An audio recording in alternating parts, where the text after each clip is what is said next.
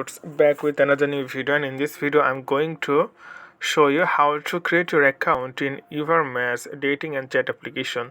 So you can see this is the homepage of Evermatch. So what you need to do, here you'll see two options, female or male. If you are male, then tap on the male button, and if you are a female, then tap on the female button.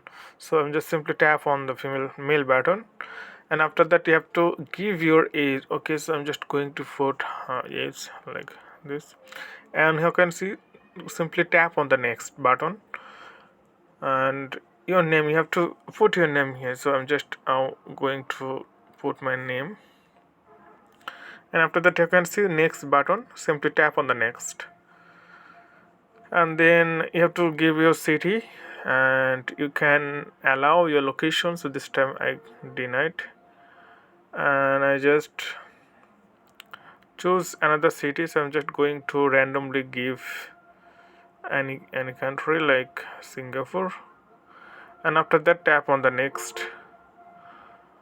So it is processing. Then after completing the processing, you will see the interface. So I just need to wait. So you can see your profile is perfectly created. Okay, so it's really easy to use. So okay friend, I hope this video is helpful for you. Please consider to